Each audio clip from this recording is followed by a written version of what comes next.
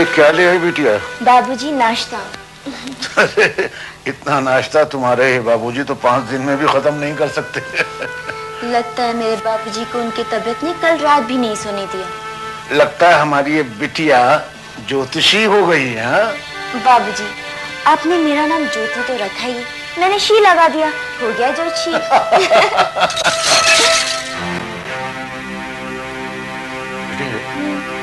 ये क्या टूटने की आवाज आई है? जाके देखो। ठीक है बाबूजी।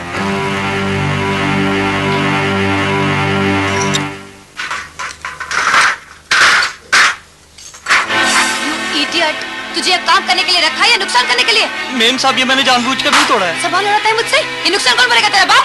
मेरी पगार में से काट लीजिएगा मेम साहब। पगार का डोज देता है मुझे? चल निकल यहाँ से। बड़ा है पगार की डोज देने वाला। इनका क्या हो रहा है? रिलैक्स। तुम ये क्यों भूल गई हो कि ये तो सिर्फ एक नौकर है। रोज रोज तुम्हारी लात बात तो ये सहेगा नहीं। और फिर क्या तुम ये भूल गई हो कि कितना ढूंढने के बाद ये हमें मिला था? अगर ये काम छोड़कर चला गया तो घर का काम कौन करेगा? क्यों?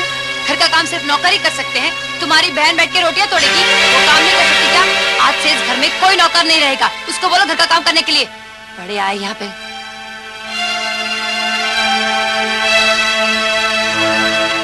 बेटे क्या बात है? क्या हुआ था वहाँ? बाबूजी आप सुनकर क्या करेंगे? इस घर में तो हर रोज किसी न किसी बात को लेकर चिल्लम-चिल्ली होती ही रहती। आप आराम कीजिए। आराम?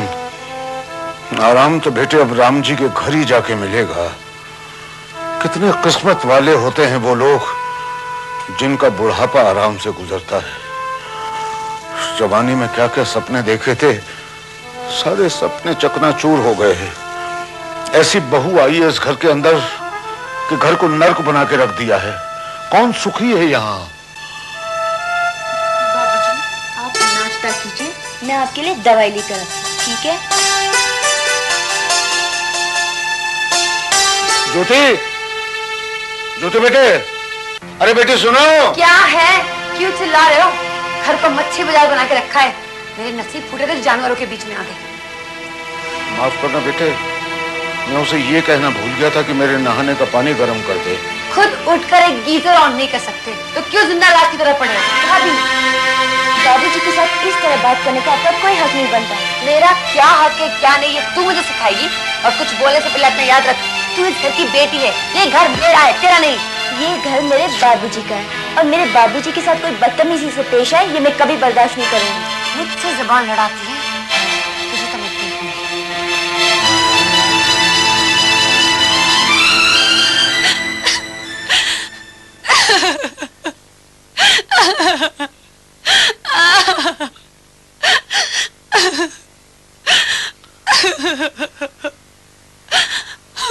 इनका रो क्यों रही हो?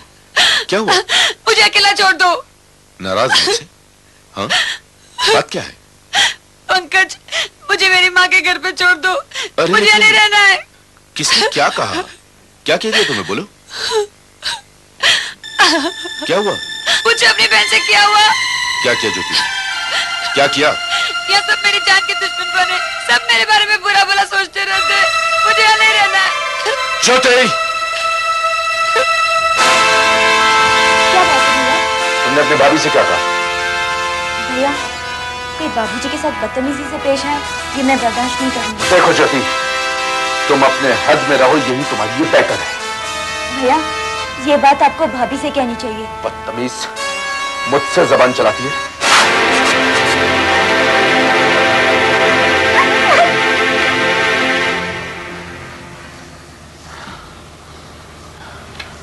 I am sorry darling.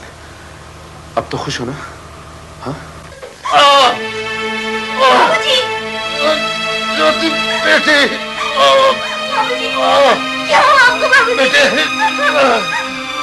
बाबूजी आपको कुछ नहीं होगा बाबूजी, क्या हो ना? मैं अभी डॉक्टर को बुलाती हूँ।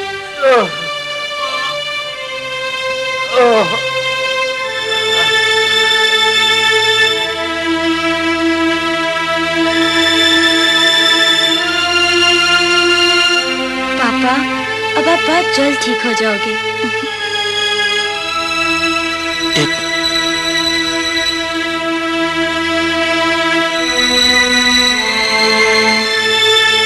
मिस ज्योति, फिलहाल तो आपके बाबूजी खतरे से बाहर हैं, लेकिन कोशिश करें कि उन्हें किसी तरह का सदमा ना हो, वरना उनकी जान को खतरा हो सकता है। Okay, take care.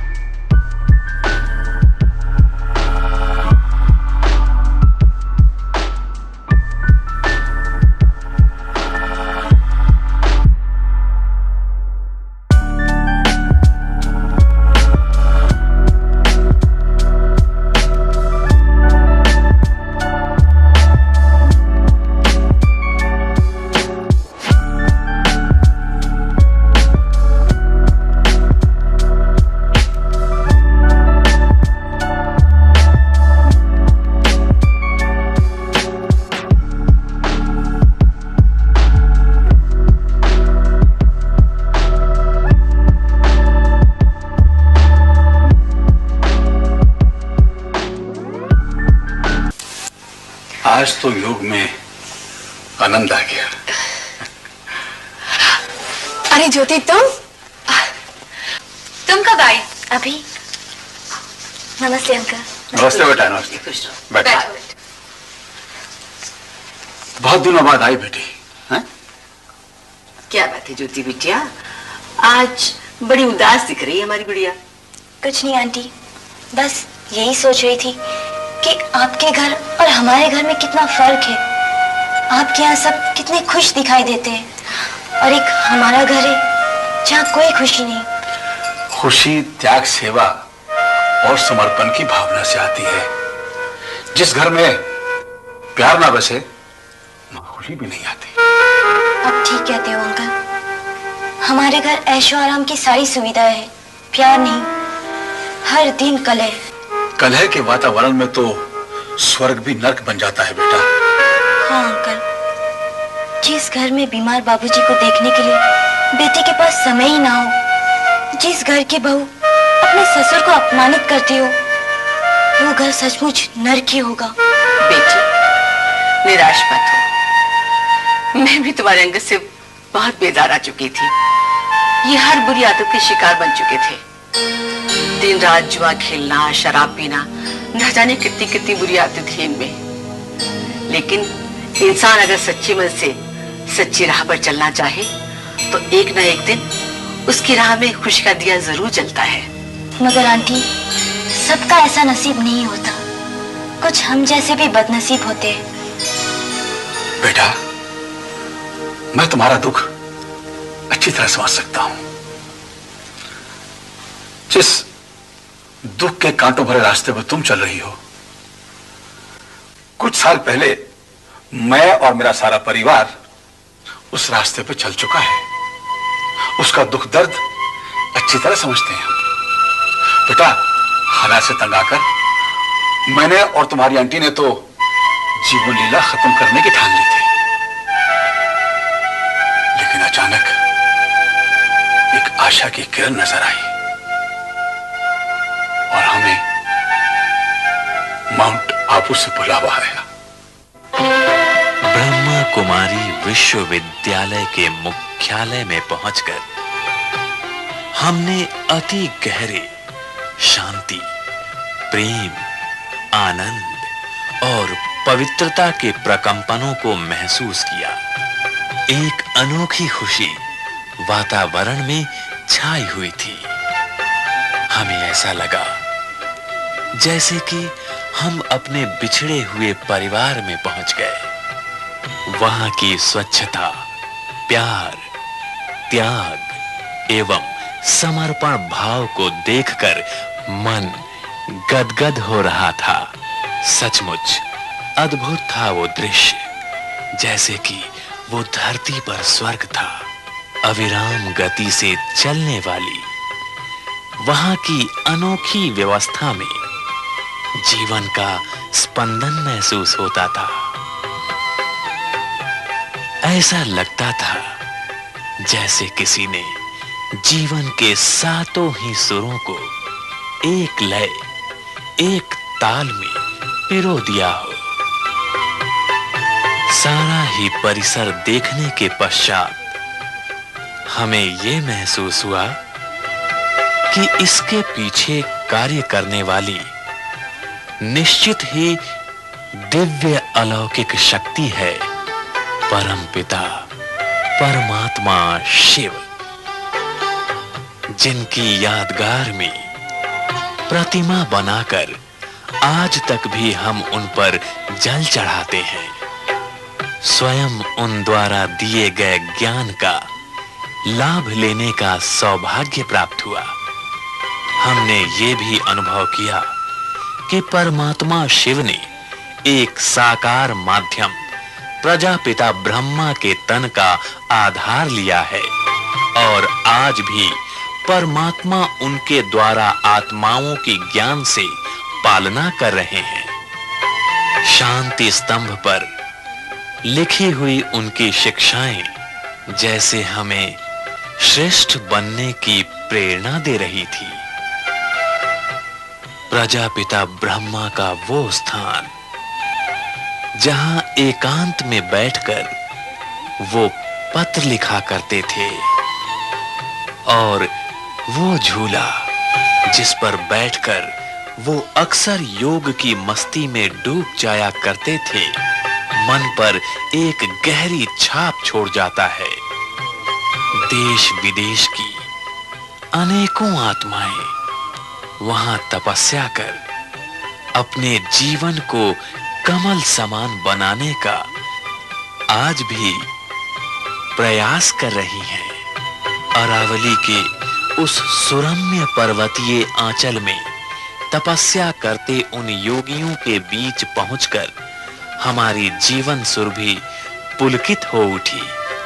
जीवन के वे सुंदर लम्हे भुलाए नहीं जा सकते।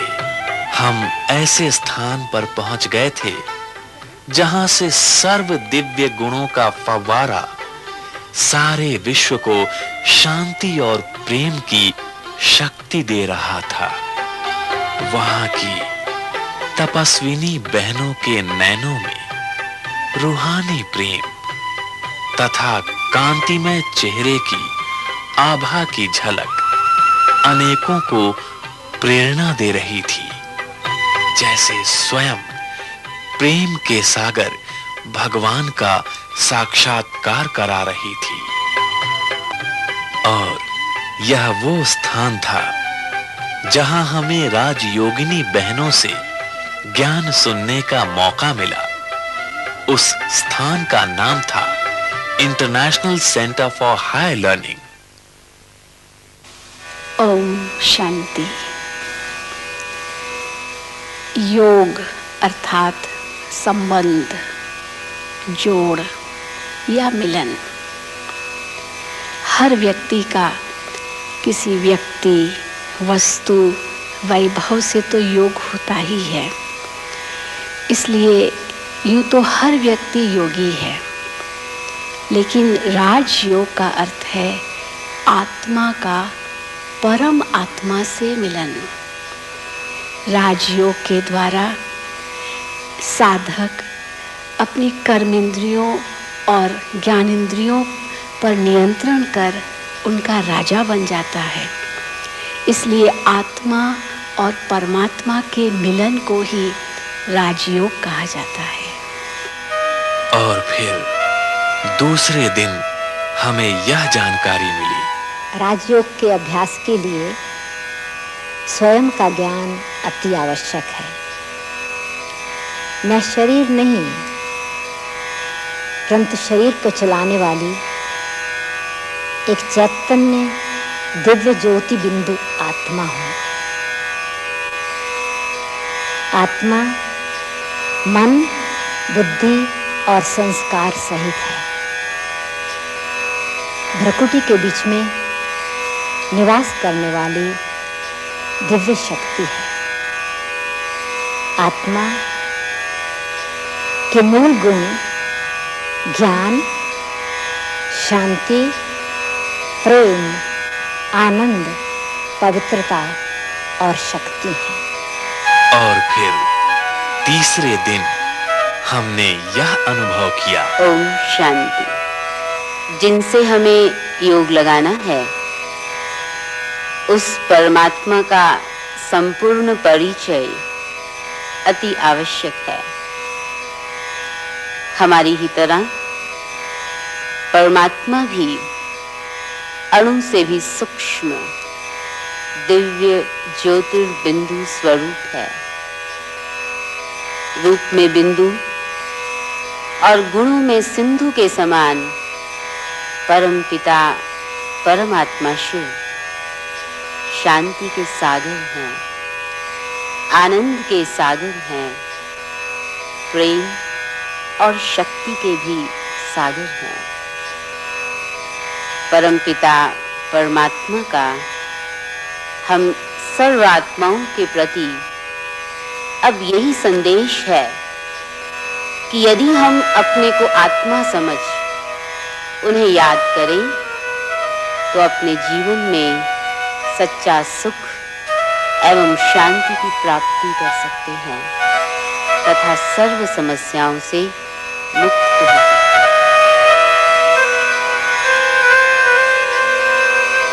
हैं। और सबसे अविस्मरणीय घड़ियां तो वो थीं जब हम दादी जी को उनके निवास स्थान पर मिले। देखो कहाँ आए थे आप, अपने बाप के घर में।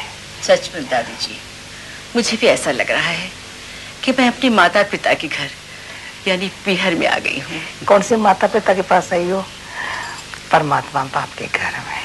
बाबा हमेशा कहते हैं बच्चे, बाप का घर सब बच्चों का घर।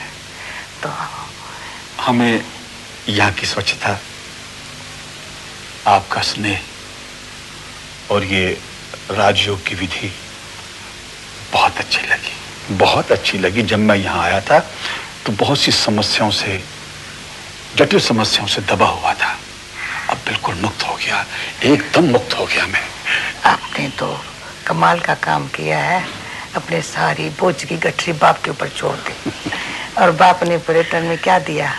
हल्का बना दिया। हाँ जी। इतना खुशनुमा रहना, बेफिक्र बादशाह होकर के रहना, कभी फिक्र मत करना। फिक्र कौन करते हैं? फिक्र कौन करते हैं? जिनके पास भगवान से कुछ मिला हुआ नहीं है। भगवान ने आपको सुख, शांति, प्रेम इतना भर भर के दिया है। आप बड़े भाग्यवान हो। आपका प्रताप है माँ। हमें आज्ञा है, हम चलें। बाबा के घर से बच्चों का हक है। ये जब मेडिटेशन बैठो ना, ये और ना शार।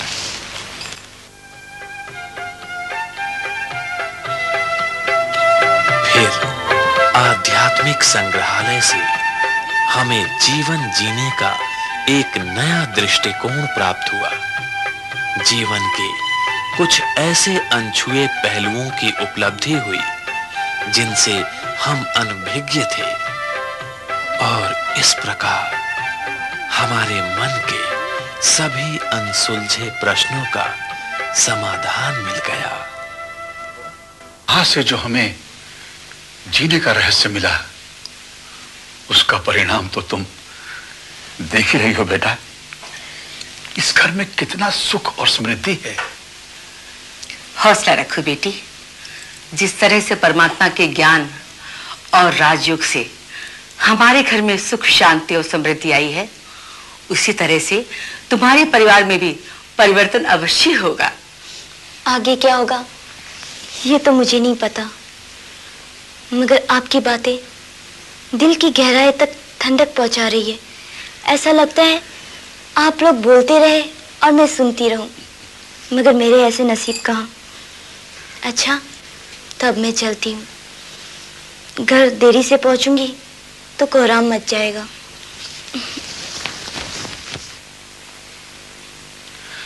बेटा 1 मिनट, प्रसाद लेकर जाओ। देखा बेटा, ज्योति को प्रसाद दो। इस प्रसाद के बहुत महत्व हैं बेटा। Good night. गुड नाइट नहीं बेटा, ओम शांति बोलो बेटा।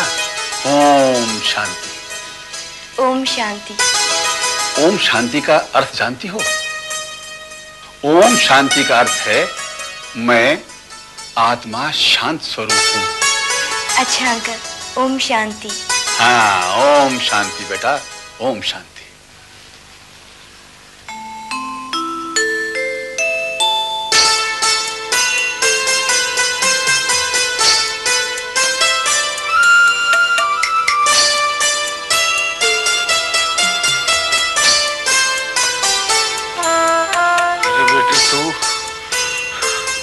कितना ख्याल रखती है तू मेरा। लगता है कि पिछले जन्म में तू जरूर मेरी माँ रही होगी। तुझ जैसी बेटी को पाके तो मैं धन्य हो गया बेटे। बाबूजी, प्रसाद खाइए। अरे अरे बेटे, तू मंदिर गई थी क्या? नहीं बाबूजी, मंदिर तो नहीं गई थी, मगर वो घर मंदिर से कम नहीं है। कितनी शांति है वहाँ, कितना प्यार करते हैं वो, कितने सुखी है वो लोग। तू किसकी बात कर रही है बेटे? शशि अंकल की। अच्छा अच्छा, शशि मिश्रा के घर गई थी। बहुत भला आदमी है वो। काश के हर आदमी उसके विचार जैसा विचार रखने लगे तो इस दुनिया से दुखों की अर्थी उठ जाए बेटे। पंकज, मुझे शक नहीं, पूरा यकीन है, जिस तरह से तुम्हारी बहन इस घर में कुंडली मारकर बैठी है ना, एक न एक दिन तुम्हारी जायदाद हड़प कर लेगी। डार्लिंग, तुम भी ये अनाप शनाप सोच सोच कर बेकार में परेशान हो रही हो। आखिर बाप की प्रॉपर्टी बेटे को ही मिलेगी ना। और अगर तुम्हारे बाप ने तुम्हारी प्रॉपर्टी तुम्हारे लाडली बहन के नाम कर दी तो तुम क्या करोगी? अरे वो ज्योति के नाम कैसे कर सकते हैं स्वीट हार्ट? मैं क्या मर गया हूँ? उनके लिए तो तुम मरे हुए के बराबर ही हो। जिस तरह से बाप बेटी का प्यार बढ़ता जा रहा है ना, वो जरूर तुम्हारे लिए तूफान खड़ा करेगा। इसलिए मेरी मानो और तुम्हारी बहन को यहाँ से रफा दफा करो। तुम क्या कह रही हो ये मेरे कुछ समझ में नहीं आ रहा डार्लिंग। मैं ये कह रही हूँ डार्लिंग कि तुम्हारी बहन की शादी किसी भी काणे लूले लंगड़े के साथ करके उसे घर से निकाल दो।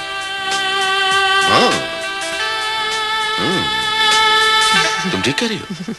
Good idea. बेटे, इंसान में सही शक्ति होनी चाहिए, सब ठीक हो जाएगा। बाबूजी, हाँ, मुझे आपसे कोई जरूरी बात करनी है। ज्योति, तुम बाहर जाओ। अरे बेटे, ऐसी कौन सी जरूरी बात है जो इसके सामने नहीं हो सकती? मैंने आपसे कहा ना बाबूजी, मुझे आपसे कोई जरूरी बात करनी है। बाहर जाओ। कहो बेटे। बाबूजी, मैं ज्योति की शादी के बारे में सोच रहा था।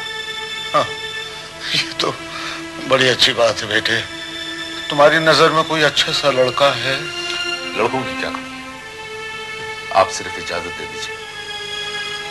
बेटे देखो, मेरी इजाजत से पहले एक बार ज्योति से पूछ लो वो क्या चाहती है। अरे उसके चाहने ना चाहने से क्या होता है बाबूजी? आखिर उसकी शादी का फैसला तो हमें करना है। ये भी ठीक है, और तुम बेटे उसके बड़े भाई हो, जो करोगे अच्छा ही करोगे। ठीक है, तुम्हारी जो मर्जी है करो बेटे। आप आराम कीजिए।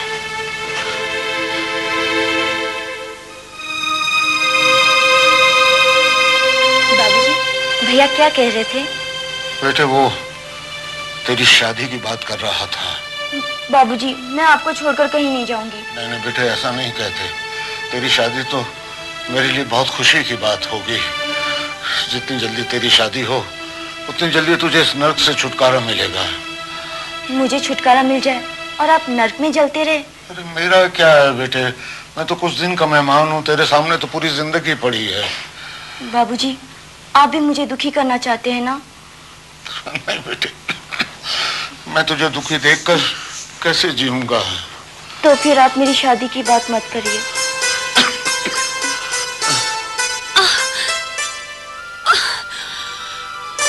भाभी, भैया कह रहे थे कि आपकी तबीयत खराब है, क्या मैं आपकी मदद कर सकती हूँ? मैं इतने भी बीमार नहीं हूँ कि मुझे तुम्हारी मदद की जरूरत पड़े। क्रोध क्यों करती हो भाभी? क्रोध तो वो अग्नि है जो पानी से भरे मटके को सुखा देता है और जाते जाते पश्चाताप रूपी ताप देकर जाता है। ये अपना उपदेश अपने माँ बाप को सुनाओ, मुझे सुनाने की जरूरत नहीं है। भाभी, अभी आपका मन अशांत है, इसलिए मेरी बातें आपको बुरी लग रही है, लेकिन मन की शांति तो आत्मज्ञान से मिलती है, और जहाँ शांति होती है वहीं विश्वास का पेड़ खड़ा होता है। भाभी, आप हमेशा गुस्से होती रहती हो, कभी आत्मा की भी आवाज सुनने की कोशिश कीजिए, मन को बहुत सुकून मिलेगा। मुझे तो तब सुकून मिलेगा जब तू इस घर से जाएगी, लेकिन तू इतनी बेशर्म है कि अपने भाई का घर कभी नहीं छोड़ेगी। अब जा यहाँ से, मुझे तेरी बकबक नहीं सुननी है। जीवन एक यात्रा है, हर यात्रा का प्रारंभ और अंत होता है। जीवन रूपी यात्रा का प्रारंभ जन्म है और अंत मृत्यु है। मृत्यु एक न टलने वाली हकीकत है। मानव को अपनी मौत का डर और अन्य की मौत का दुख अक्सर कर सताता है। यदि हम ये समझ लें कि मृत्यु क्या है, तो मानव डर और दुख से मुक्त हो सकता है। हम एक आत्मा है, शरीर वस्त्र है। शरीर रूपी वस्त्र जब पुराना होता है, नया शरीर रूपी वस्त्र धारण करते हैं। आत्मा का ड्रेस और एड्रेस का बदलना, इसी को ही मृत्यु कहते हैं। इसीलिए किसी ने कहा है, जाता नहीं है कोई दुनिया से दूर चल के, मिलते सभी यहाँ पर कपड़े बदल बदल के। आत्मा कभी भी मरती नहीं है, तो अपने मन को दुखी करने के बजाय श्रेष्ठ संकल्पों के द्वारा जाने वाली आत्मा को शांति का दान दे सकते हैं, और यही तो हमारा कर्तव्य है।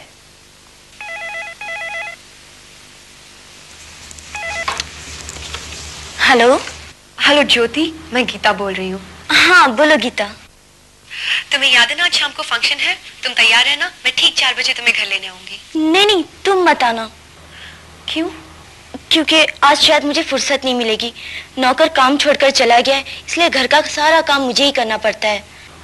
मैं तुम्हारी प्रॉब्लम समझती हूँ, लेकिन आज का फंक्शन बहुत इंपॉर्टेंट है, तुम्हें बहुत अच्छा लगेगा। ठीक है, मैं कोशिश करती हूँ। कोशिश नहीं, इरादा करो कि आज का फंक्शन तुम्हें अटेंड करना ही है। ज्योति, इंसान अगर दृढ़ संकल्प कर ले तो सारी मुश्किलें अपने आप रास्ता छोड़ देती हैं। फिर मैं तुम्हें किसी गलत जगह पर आने के लिए तो नहीं कह रही हूँ। ऐसे फंक्शन अटेंड करने का सौभाग्य किस्मत वालों को ही मिलता है। तुम तैयार है ना? मैं तुम्हें घर लेने आऊंगी। Bye bye.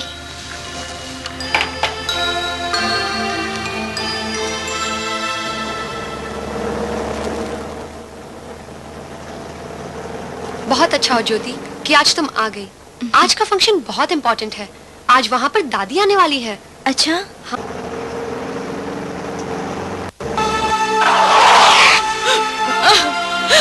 ओह नो, ये तो राधा है। हाँ।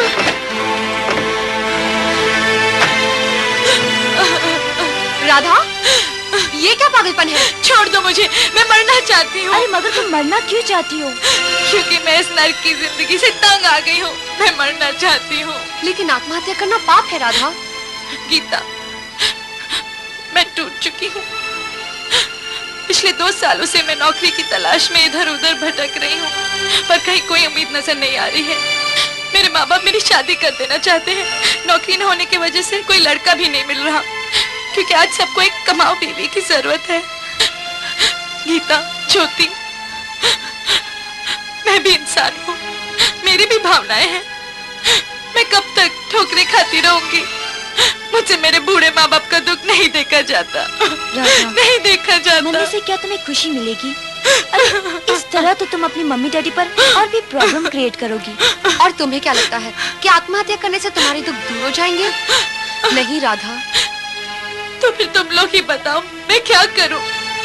राधा, जीवन है तो समस्याएं तो होंगी ही, लेकिन समस्याओं को पीठ नहीं दिखाई जाती, उनसे डटकर मुकाबला किया जाता है। इंसान का फर्ज है अपना कर्म करना, और अगर हम अच्छे कर्म करेंगे तो उसका मीठा फल हमें एक ना एक दिन जरूर मिलेगा। तुम लोग कितनी अच्छी बातें कर लेती हो। काश मुझे पहले पता होता तो मैं मेरी प्रॉब्लम्स का डिस्कशन तुम लोगों के साथ कर लेती, तो आज ये नौबत ही नहीं आती। कोई बात नहीं राधा, अब मैं तुम्हें एक ऐसी जगह पर ले चलती हूँ जहाँ पर सालों से तपस्विनी राजयोगिनी बहनें स्वयं ज्ञानामृत का पान कराती हैं।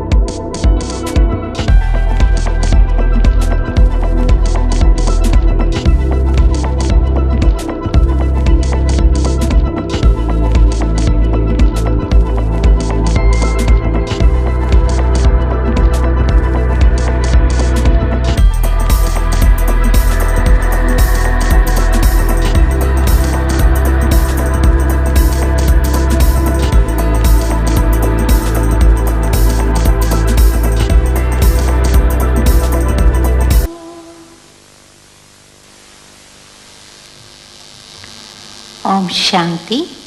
प्रजापिता ब्रह्मा कुमारी ईश्वरीय विश्वविद्यालय की ओर से मैं आप सभी का हार्दिक स्वागत कर रही हूँ।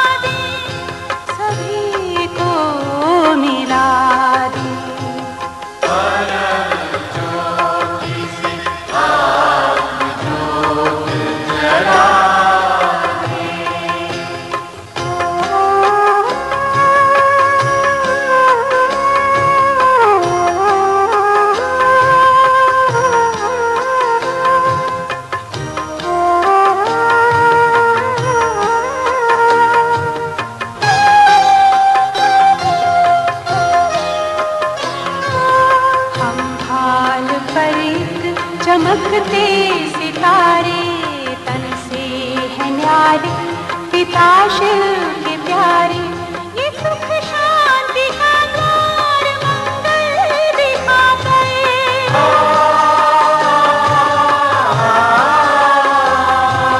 खोया खजाना वो फिर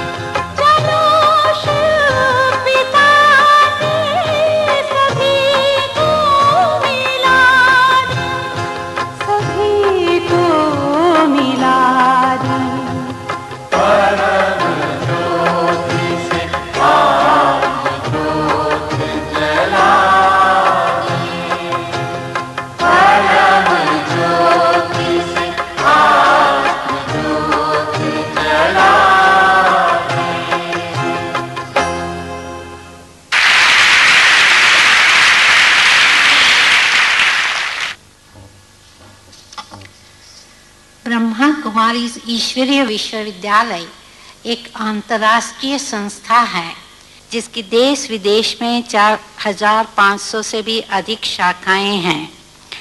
संयुक्त राष्ट्र संघ से संलग्न इस विद्यालय का मुख्यालय माउंट आबू राजस्थान में है। आज हमारा परम सौभाग्य है कि माउंट आबू से इस विश्वविद्यालय की मुख्य प्रशासिका आदरणीय दादी प्रकाश मणि जी हमारे यहाँ पधारी है। स्नेह, प्रेम और नम्रता की प्रतिमूर्ति विश्व कल्याणी, राजयोगिनी, तपस्विनी आदरणीय दादी जी से मेरा नम्र निवेदन है कि आज के विषय पर अपने विचार प्रस्तुत करें। आदरणीय दादी जी। ओम शांति। ओम शांति। परम प्यारे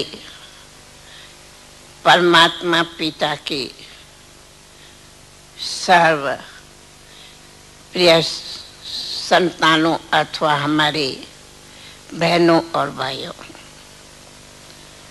आज के युग में आप सब जैसे देखते हैं कि मानव मात्र कितना न चाहे सामाजिक, चाहे व्यवहारिक, चाहे कई कारणों से चिंतित रहते, दुखी अशांत रहते, तो हम आपको उसके लिए एक सहज विधि कहो अथवा इस तनाव से जीवन को मुक्त करने की एक साधना बताते हैं। क्योंकि सबसे बड़ा जीवन में है मनुष्य की खुशी, शांति, लेकिन मनुष्य अपनी जीवन में कितना तनाव में रहता, मिसला। कोई इत्तेफाक किसी ने कोई प्रकार से आपका किसी सभा के बीच या कहाँ भी किसी के सामने अपमानित किया तो कितना मन में दुख होता कि अब तो मैं इसका बदला लेके ही छोड़ेंगे। बहुत उसके पीछे उनके मन की जो संकल्प है वो चलते, परंतु हमारे को ये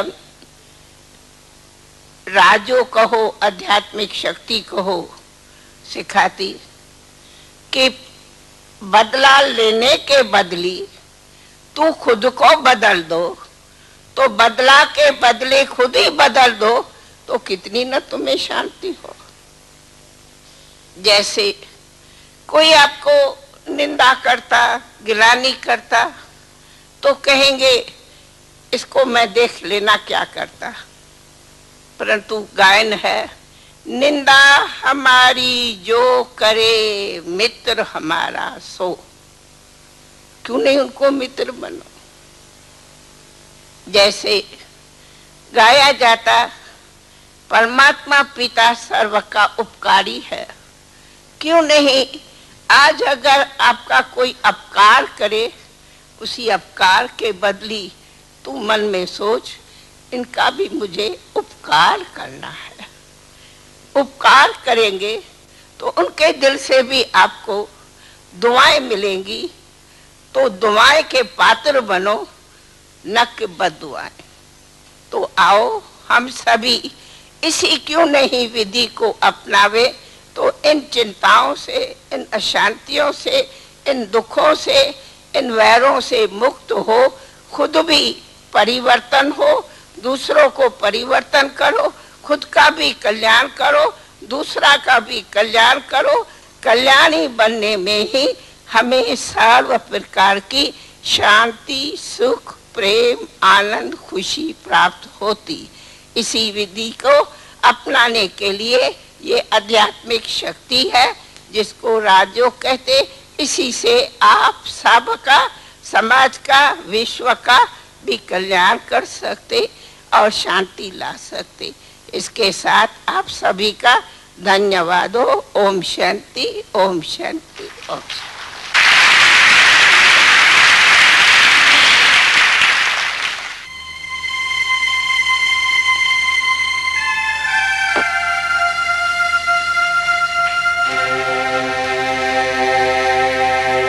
इतनी रात गए कहां से आ रही? भैया मैं अपनी एक सहेली के साथ गुलछर्रे उड़ा रही थी। क्यों? भैया मत कहो मुझे भैया, शर्म आती है तुम्हें बहन कहते हुए। भैया मैंने ऐसा कुछ नहीं किया है। कुछ नहीं किया तूने? अरे तूने तो वो किया है जो इस खानदान में आज तक किसी ने नहीं किया है। हमारे खानदान में ऐसी कोई बेटी बहन नहीं है जिसने अपने बड़ों की मर्जी के अगेंस्ट काम किया हो। और तू, तेरी ये हिम्मत कि तूने अपनी शादी के लिए ना कर दी। क्या चाहती है तू? क्या कि बिन ब्याह मां बन जाए ताकि बिरादरी वाली हमारे मुंह पर थूके? बस कर तू। आज तक तुम लोग इस घर में रोज रोज नाटक करते रहे हो जिसे मैं अब तक बर्दाश्त करता आया हूँ, लेकिन आज तुमने मेरी गंगा जैसी पवित्र बेटी में लांछन लगाया। मैं तुम्हें कभी माफ नहीं करूंगा। निकल जाओ यहाँ से। जाता हूँ बाबूजी, लेकिन एक बात याद रखिए, आखिर सब कुछ आपको भुगतना पड़ेगा। आ जाओ।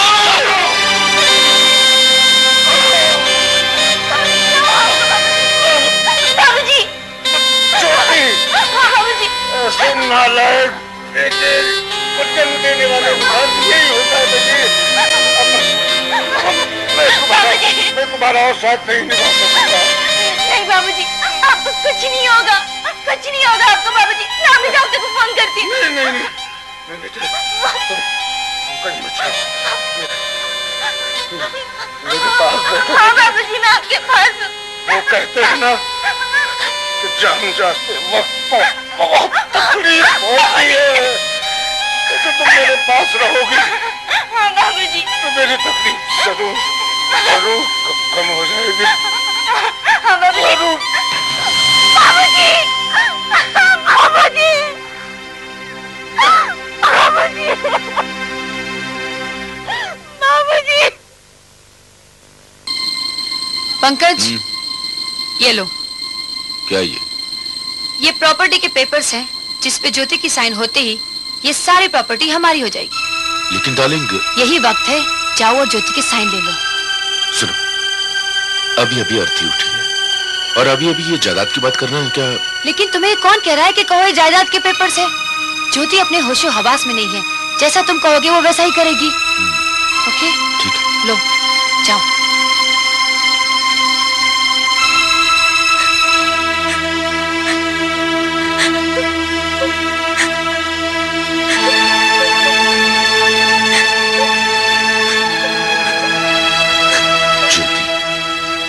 मेरी बहन, मैं जानता हूं कि बाबूजी रह रहे हैं, लेकिन अब मैं बाबूजी की जगह पर हूं ना। हाँ, तेरी सारी जिम्मेदारी मुझ पर ही है ना, है कि नहीं? जरा इस पर दस्तखत कर दे। ले, रोते नहीं।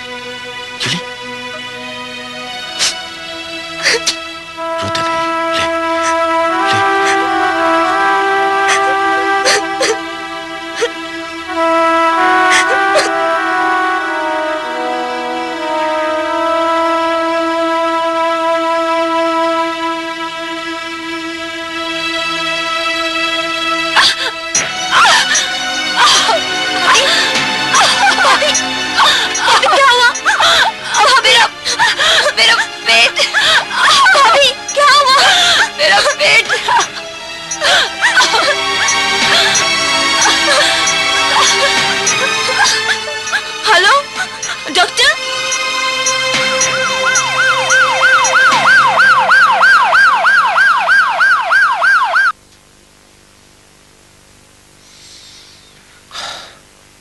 डॉक्टर साहब, अब मेरी पत्नी कैसी है? फिलहाल उनकी हालत काफी नाजुक है। तमाम एग्जामिनेशंस के बाद ये पता चला है कि उनकी दोनों किडनीज फेल हो चुकी है। क्या? यस मिस्टर पंकज, 3 साल पहले भी मैंने आपको बताया था कि उन्हें हाई ब्लड प्रेशर और डायबिटीज है, जिन्हें काबू में रखने के लिए उन्हें काफी ध्यान देना पड़ेगा। लेकिन उन्होंने ऐसा नहीं किया। साथ साथ नॉनवेज खाती रही, शराब पीती रही। इन्हीं सब कारणों की वजह से उनका ये हाल है। तो डॉक्टर साहब, क्या करना होगा? उनकी किडनी बदलनी पड़ेगी। तो फिर देर किस बात की है? आप किडनी का इंतजाम करें और इसके लिए जितनी भी रकम आपको चाहिए मैं दे दूंगा। मिस्टर पंकज, ये हॉस्पिटल है, कोई बाजार नहीं जहां इंसानों के अंग बेचे और खरीदे जाते हैं। तो फिर मेरी पत्नी डॉक्टर साहब? अगर आप अपनी पत्नी की जान बचाना चाहते हैं तो अपने किसी परिचित को किडनी डोनेट करने के लिए राजी कीजिए या फिर अपनी किडनी ऑफर कीजिए। मैं अपनी किडनी डोनेट कर दूं? लेकिन डॉक्टर साहब इससे तो मेरी जान को खतरा हो सकता है ना? क्यों? होश ठिकाने आ गए ना? देखा अपनी जान कितनी प्यारी होती है। एनीवे, आप जल्दी डिसाइड कीजिए। तुम बिल्कुल ठीक हो जाओगे मेनका, घबराने की कोई जरूरत नहीं, मैं तुम्हारे साथ हूं ना, हिम्मत रखो। डॉक्टर साहब, मैं ठीक तो हो जाऊंगी ना? I'm sorry मेनका जी, मुझे आपके साथ हमदर्दी है लेकिन मैं कर भी क्या सकता हूँ। अगर आपके पति चाहते तो आपकी जान जरूर बचा सकते हैं, लेकिन क्या डॉक्टर? पंकज, ये तो मुझसे बहुत प्यार करते हैं। मुझे तो ऐसा नहीं लगता। अगर आपसे सचमुच प्यार करते तो मेरी बात मानते और अपनी एक किडनी ऑफर जरूर करते। पंकज, तुम चुप क्यों हो? देखो मेनका, मैं किसी के लिए भी अपनी जान खतरे में नहीं डाल सकता। That's final. पंकज, तुमने साथ जीने मरने का वादा किया था। हाँ किया था। तुम मुझे किडनी नहीं दे सकते? नहीं दूंगा। तुम नहीं पंकज। भाभी, किडनी मैं दूंगी। तुम? जी भाभी, घर वालों के काम नहीं आएंगे तो और कौन आएगा?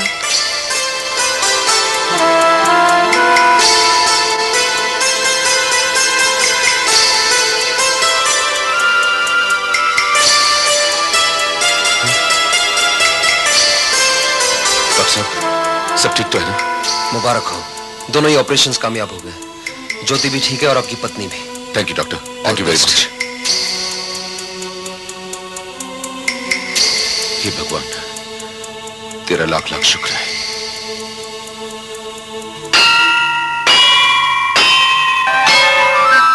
भगवान, आज मैं आपके अस्तित्व को मान गई। मैंने पहले कभी आपको नहीं माना था, लेकिन आज आपने मेरी आंखें खोल दी। जिसे मैंने इतनी तकलीफ दी, इतनी परेशानी दी, उसी ने मेरी जान बचाई। मेरे अपने भी पराये हो गए और जिस दौलत पर मुझे गर्व था उसने भी मेरा साथ नहीं दिया। अब तुम ही बताओ, मैं आपके और ज्योति के एहसानों को कैसे चुकाऊं? मिनका, यहां अकेली बैठी बैठी क्या सोच रही हो? क्या तुम भी वही सोच रही हो जो मैं सोच रहा हूं? शायद।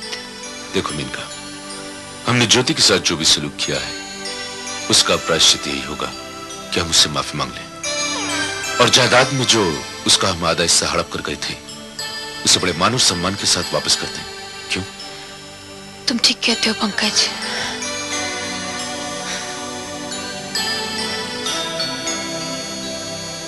ज्योति, ज्योति, क्या बात है भैया? ज्योति, मुझ पर और तुम्हारी भाभी पर एक बहुत बड़ा बोझ है। मैं कुछ समझी नहीं भैया। मैं समझाती हूँ ज्योति। तुम्हारे एहसानों का बदला तो हम दोनों चुका नहीं सकते, लेकिन हम दोनों की इच्छा है कि पापा की प्रॉपर्टी में तुम बराबर की हिस्सेदार बन जाओ। हाँ ज्योति, पापा की मृत्यु वाले दिन जिन प्रॉपर्टी के कागजात पर तुमने दस्तखत किए थे वो हमारी एक बहुत बड़ी भूल थी। हम वाकई बहुत शर्मिंदा हैं, लेकिन अगर तुम्हारे दिल में हम दोनों के लिए थोड़ी सी इज्जत, थोड़ा सा प्यार हो तो तुम्हें इस प्रॉपर्टी का आधा हिस्सा लेना ही होगा। कैसी बातें कर रहे हो आप भैया? प्रॉपर्टी, जायदाद, हिस्सा, क्या यही मेरे प्यार और स्नेह की कीमत लगाई आपने? वाह भैया वाह। प्रॉपर्टी, हिस्सा, ये हमारा कब था? क्या हम साथ लाए थे जो ले जाएंगे? चांदी के चंद सिक्कों को हम अपनी प्रॉपर्टी क्यों समझते हैं? पापा में कितने अच्छे गुण थे, कितने अच्छे संस्कार थे, हम उन्हें क्यों नहीं बांटते? पैसा, रुपया, ये सब तो यहीं रह जाएगा। जाएंगे तो सिर्फ अच्छे कर्म, अच्छी बोली, अच्छे संस्कार। ज्योति, तू कितनी समझदार हो गई है। जो बातें मैं आज तक नहीं समझ पाया था तूने इतनी कम उम्र में समझ ली। भैया, इंसान अपने आप को धन दौलत का मालिक समझता है, जबकि ये गलत है। सबका मालिक तो एक ही है, परम पिता परमात्मा शिव। हम सब तो उसके ट्रस्टी हैं। तू ठीक कहती है ज्योति, ये सारी बातें हम आज तक नहीं समझ पाए, आज तुम्हारे व्यवहार से हमारी आंखें खुल गई। भाभी, मैंने तो इस घर की हमेशा खुशी और शांति ही चाहिए। ज्योति, तुमने बिल्कुल सच कहा है, लेकिन जब तक तुम हमें माफ नहीं कर दोगी, हमारे मन का बोझ हल्का नहीं होने वाला है। याद है भैया, मैं जब भी बाहर जाती थी आप मुझ पर शक किया करते थे, लेकिन आज मैं आपको बताती हूँ मैं कहाँ जाती थी। मैं परमात्मा का ज्ञान सुनने जाती थी, जो सिखाता है विश्व बंधुत्व की भावना। और यही वो भावना है जो मनुष्य के स्वभाव तथा संस्कार को बदलती है, जो मनुष्य के अंदर त्याग तपस्या की भावना जागृत करती है, जिससे ही विश्व में शांति की स्थापना होती है। परम पिता परमात्मा शिव ने कहा है कि जिसके जीवन में ज्ञान पूरी तरह से घुल जाएगा, उसका जीवन गीता के समान बन जाएगा और फिर उसे पन्नों को पलटने की जरूरत ही नहीं होगी, क्योंकि कर्मों से ही वो अपनी राह चुन लेगा। ज्योति, मेरी आंखों पर मोह अहंकार की पट्टी बंधी हुई थी। पहले भी तुमने मेरी जीवन ज्योति जगाने की बहुत कोशिश की, लेकिन इस बार जो तुमने मेरे लिए किया है वो मैं कभी नहीं भूल सकती। बहन, हम दोनों को माफ कर दो। हमने वाकई तुम्हें पहचानने में बहुत बड़ी गलती की। पश्चाताप तो वो अग्नि है जो बड़ी बड़ी गलतियों को भी जलाकर भस्म कर देती है। और आज मैं जो कुछ भी हूँ वो गीता और अंकल आंटी की वजह से ही हूँ, क्योंकि उन्होंने ही मुझे प्रजापिता ब्रह्मा कुमारी ईश्वरी विश्वविद्यालय की राह दिखाई। और वही वो स्थान है जहाँ ज्ञान गंगा का उद्गम होता है, जहाँ सालों से योगी तपस्वी बहनें पूरे विश्व में शांति का संदेश पहुँचाने का श्रेष्ठ कार्य कर रही है। और हाँ, इसकी स्थापना स्वयं परम पिता परमात्मा शिव ने की है। कल से तुम अकेली नहीं जाओगी ज्योति, हम भी तुम्हारे साथ चलेंगे। क्यों मिलकर? हाँ ज्योति, हम भी तुम्हारे साथ चलेंगे। हाँ भैया, हम सब साथ में चलेंगे।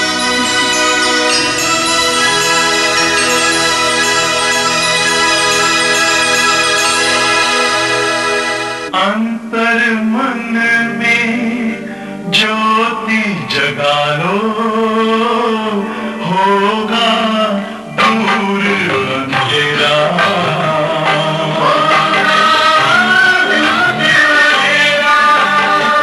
शिव का कर लो ध्यान, आ रहा पावन पुण्य सवेरा।